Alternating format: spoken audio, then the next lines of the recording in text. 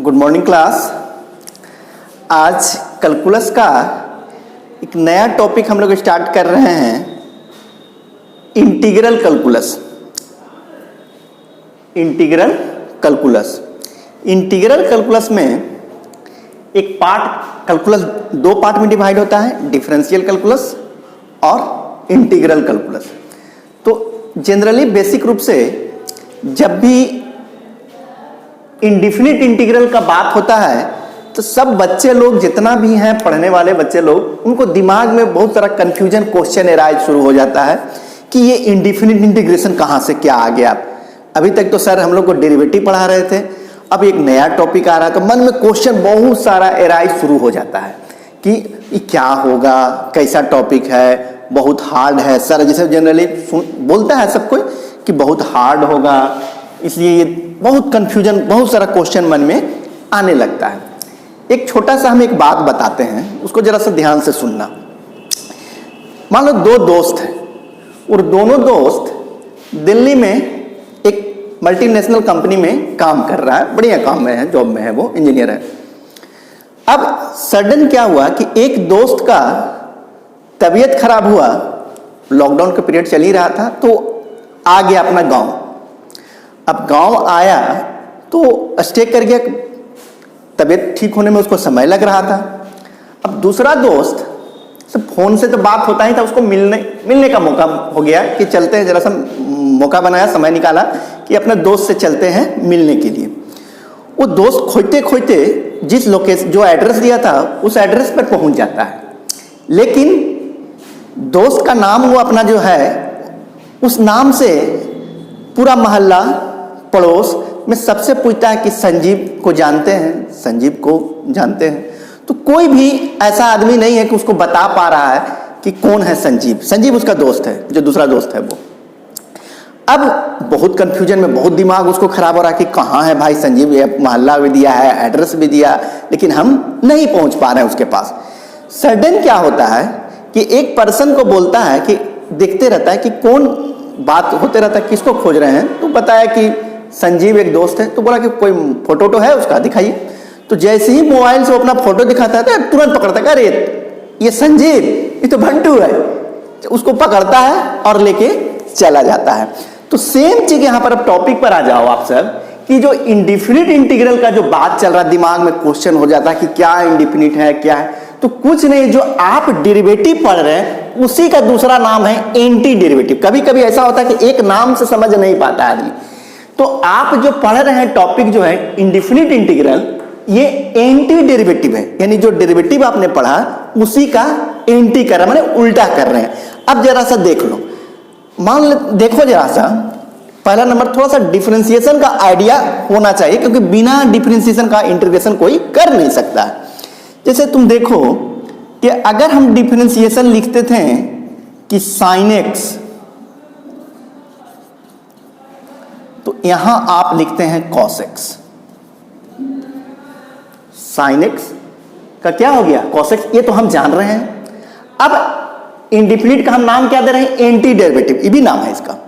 तो जैसे ही इसका हम इंटीग्रेशन के एंटी डेरिवेटिव करते हैं, यानी cos x को हम इंटीग्रेट, इसको शिफ्ट कर देंगे dx को, इसको dx को क्या कर देंगे, हम शिफ्ट कर रहे हैं, तो dx। तो cos x का जब इंटीग्रेशन करेंगे तो बन जाएगा sin x। देख लो, यानी जो आप पढ़ रहे हैं उसी का उल्टा कर रहे हैं कि नहीं, कि sin का डिफरेंशिएशन अगर cos होता है तो cos का इंटीग्रेशन हम लोग sin x हो जाएगा, एंटी डेरिवेटिव हो रहा है। दूसरा चीज देखो, अगर हम cos का इंटीग्रेशन डिफरेंशिएशन कर रहे हैं, माइनस साइन एक्स। अब आप यहां से देखो, साइन का ये माइनस है, रहने दिए, साइन एक्स, इसमें dx शिफ्ट हो गया, क्या हो गया, साइन का कॉस, फिर हो गया साइन का क्या बन गया यहां से, कॉस, यानी माइनस साइन एक्स का इंटीग्रेशन हो गया कॉस एक्स।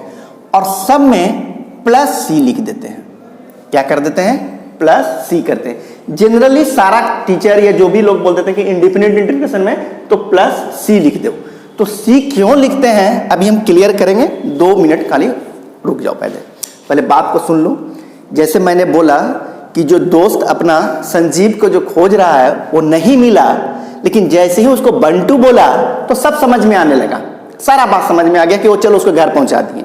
तो फिर समझ लो कि साइन का डिफरेंशिएशन अगर कॉस होता है तो कॉस का जो इंटीग्रेशन करेंगे तो साइन एक्स प्लस सी, सी क्यों कर रहे हैं, इंडेफिनिट का है। अब इसको हम क्लियर भी करेंगे क्यों सी लिखते हैं।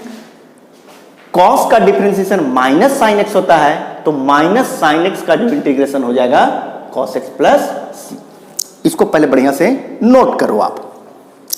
अब देखो यहां से क्या हो रहा है, प्लस सी का जो कंसेप्ट है देखना, हटाएं।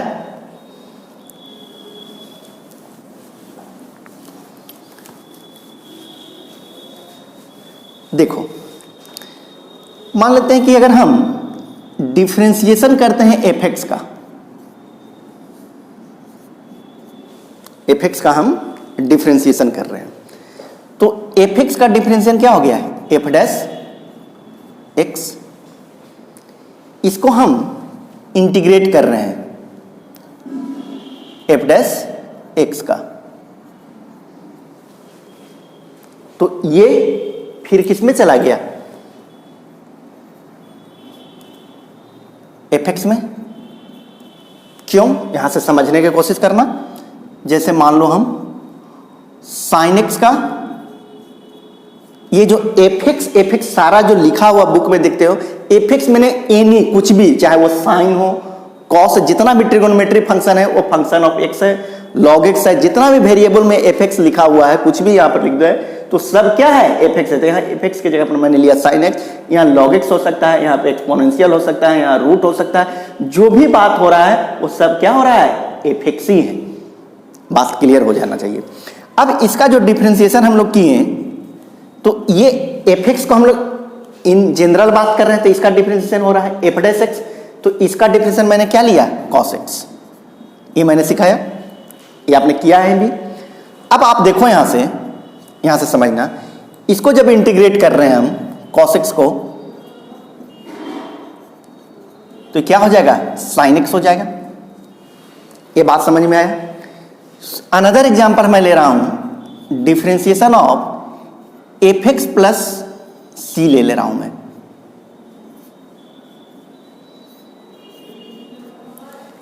तो इसका भी इंटीग्रेशन जो हो जाएगा एफ डैश एक्स ही होगा। अब यहां से समझना, इसका जब इंटीग्रेशन करेंगे हम एफ डैश एक्स का, ये क्या बन गया, एफ एक्स। अब यहां से समझो, बढ़िया से समझना कि जब एफ एक्स को डिफरेंशिएट कर रहे हैं तो एफ डैश एक्स हो रहा है, एफ एक्स प्लस सी को अगर हम लोग डिफरेंशिएट कर रहे हैं तब भी एफ डैश एक्स ही हो रहा है। तो इसका जब इंटीग्रेशन कर रहे हैं हम लोग एफ डैश एक्स का तो एफ एक्स होगा, और एफ डैश एक्स को अगर हम लोग इंटीग्रेशन यहां भी करेंगे तो एफ एक्स होगा। तो इसीलिए यहां पर एफ डैश एक्स को जो इंटीग्रेशन करेंगे तो इंडिपेंडेंट प्लस सी कर देते हैं। रीजन क्या हो रहा है कि ये ओरिजिनल फॉर्म पता नहीं चल रहा है कि एफ एक्स में यहां पे प्लस सी जो लिखने का रीजन, बस इतने समझना कि ये फॉर्म में है या इस फॉर्म में है, क्योंकि हर एक प्लेस पर तुम्हारे पास जो दिखाई देगा, मान लो कि कुछ नहीं लिखा हुआ है तो यहां पर प्लस सी क्या होगा, 0 होगा। यहां पर जो हो रहा होगा सी एनी होगा 1 2 3 4 को, क्योंकि कोई भी कांस्टेंट का जो डिफरेंशिएशन होता है वो 0 होगा। कांस्टेंट का डिफरेंशिएशन क्या होता है, 0 होगा। तो इसका डिफरेंशिएशन एफ डैश एक्स और इसका डिफरेंशिएशन क्या हो गया, 0 हो गया। तो यहां से समझने के बाद कोशिश करो कि ये क्लियर नहीं हो पा रहा कि ओरिजिनल फॉर्म ये है या ये है, इससे तो पता नहीं चल रहा क्योंकि यहां पर कुछ नहीं है तो 0 होगा सी, यहां पर है तो इसीलिए जितना भी इंडिफिनिट इंटीग्रेशन का इंटीग्रेटिंग करेंगे हम लोग उसमें हम लोग प्लस सी कर देते हैं। रीजन क्या हो रहा है, बात समझ में आ गया, क्योंकि जितना भी आपके पास डिफरेंशिएशन जो हम लोग कर रहे हैं वो सारा डिफरेंशिएशन जिसका भी होगा उसी का इंटीग्रेशन होगा, ये नहीं कि कुछ अनदर का नहीं हो सकता है। जो भी आप डिफरेंशिएशन करेंगे उसी को हम इंटीग्रेशन कर लेंगे। बात समझ में आया? दूसरा बात यार देखना कि इंटीग्रेशन जो भी करते हैं हम लोग वो ओरिजिनल फॉर्म में आना चाहिए। ये नहीं कि आप जो मन सो नहीं हो सकता, ये जो ओरिजिनल फार्मूला है उसी पर आएगा।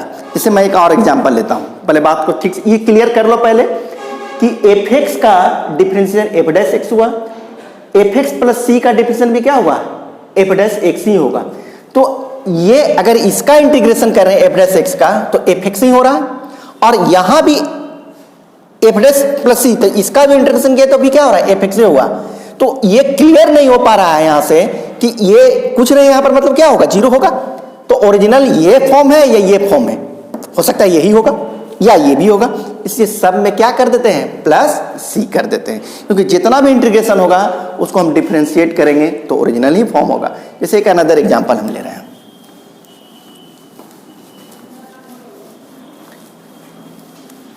जैसे मान लो डिफरेंशिएशन हम लोग लेते हैं e टू पावर x,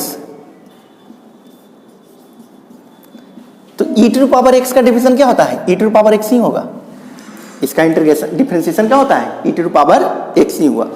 तो इसको अगर हम लोग इंटीग्रेट करें, यहां से समझना, इसको इंटीग्रेट किए हम, इसको हम इंटीग्रेट करेंगे तो इसका भी इंटीग्रेशन जो है ओरिजिनल फॉर्म वही आएगा। यहां पर प्लस सी कर देंगे, क्योंकि इसको फिर डिफरेंशिएट करेंगे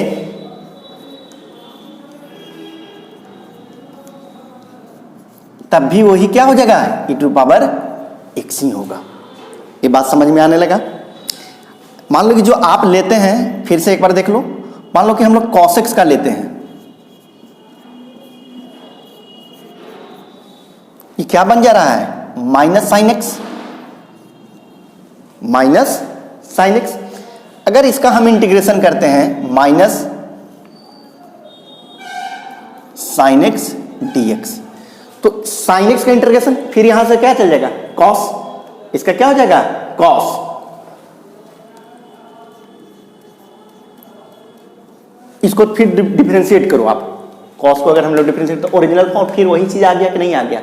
कॉस को अगर करेंगे तो क्या होगा, माइनस साइन एक्स होगा कि नहीं होगा। अगर हम इसको डिफरेंशिएट कर देंगे प्लस सी लिख के ही, तो अगर आप कॉस एक्स प्लस सी को डिफरेंशिएट करते हैं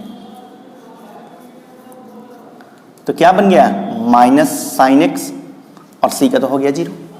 तो ये बात को ठीक से समझो कि सी जो है एनी कांस्टेंट है, क्योंकि ये इंडेफिनिट है। सी कुछ भी हो सकता है, क्योंकि ये डेफिनिट नहीं है, फिक्स नहीं है, एनी वे हो सकता है। ये बात समझ में आया? एक जरा सा और एग्जांपल हम समझा रहे हैं, यहां से देखना।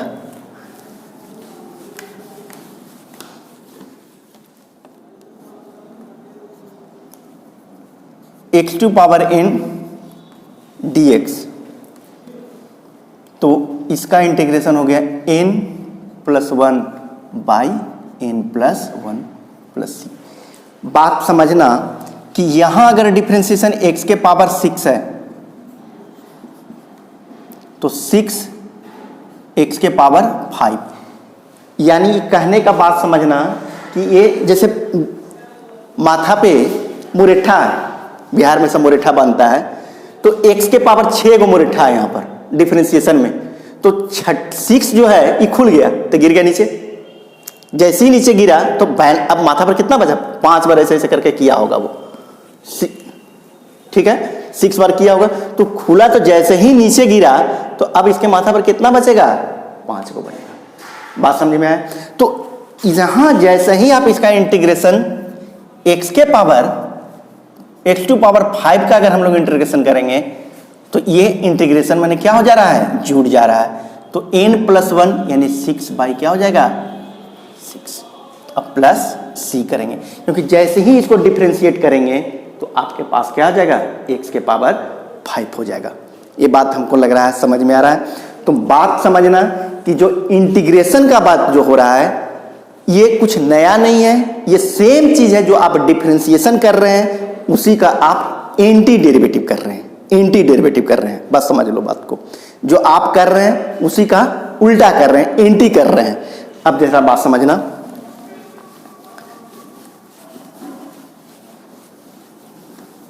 जैसे देखो अगर आपके पास f1x या साइन कुछ भी हो, f2x साइन कुछ भी हो,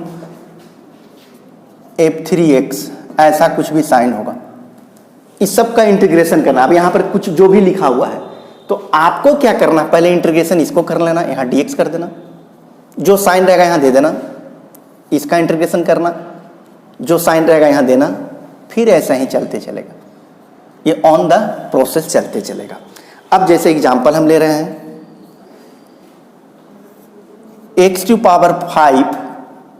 plus cos x minus e⁵x dx। तो अगर हम इसका इंटीग्रेशन कर रहे हैं तो देखेंगे, इंटीग्रेशन मैंने है जोड़ना, उसका उल्टा, तो x⁵ कर लो, cos का उल्टा होता है साइन,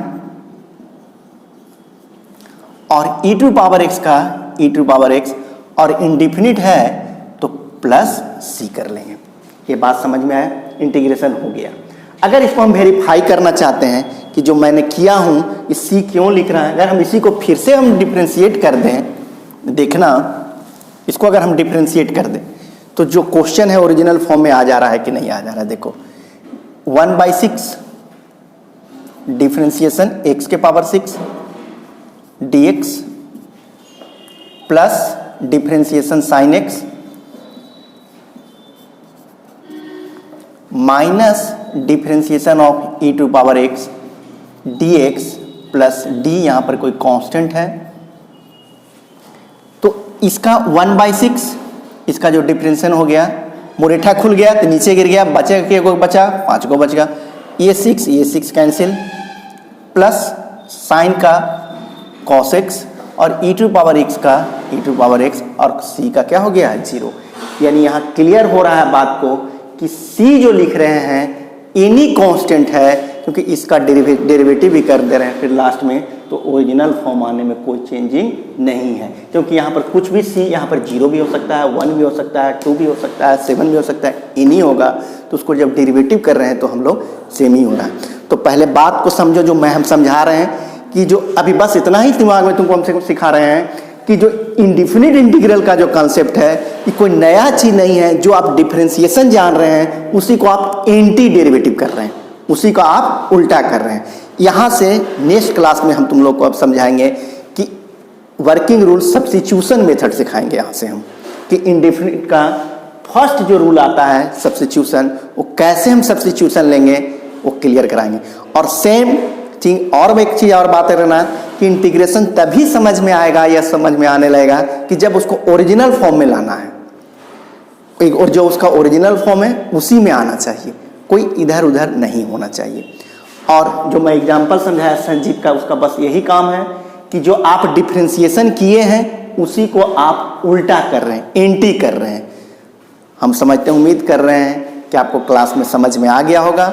नेक्स्ट क्लास में हम लोग सब्स्टिट्यूशन स्टार्ट करेंगे। Thank you class.